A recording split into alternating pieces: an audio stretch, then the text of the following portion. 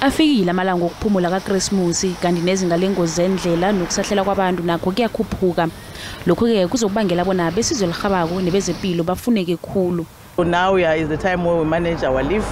At no point that we will have shortage in terms of nurses and doctors. Instead, we need more. Iinthuthi zesizwe lihabako ama-ambulance azokusebenza khulu ukudlula emhleni. We are ready.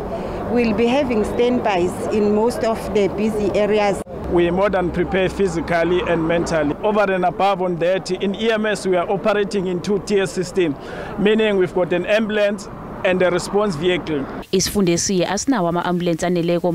Ngokomthetho kufanele abantu nabayikulungwana kube ne-ambulance yinye. Okutsho bona esifundesi kufanele sibe na-ambulance ama-478 kodwa nesifundesi sinalikhulu nama-668 kwaphela. Kuthi kunjalo akusiwo woke ama-ambulance asendleleni. We've made a commitment that every year we'll buy at least 10 ambulances and add. Njengoba vane kuchiwo umuntu ukuzitsheja abachayeli bakhonjelwa bona abachayele ngokukhulu ukuyelela ukukhandela ingozi zendlela.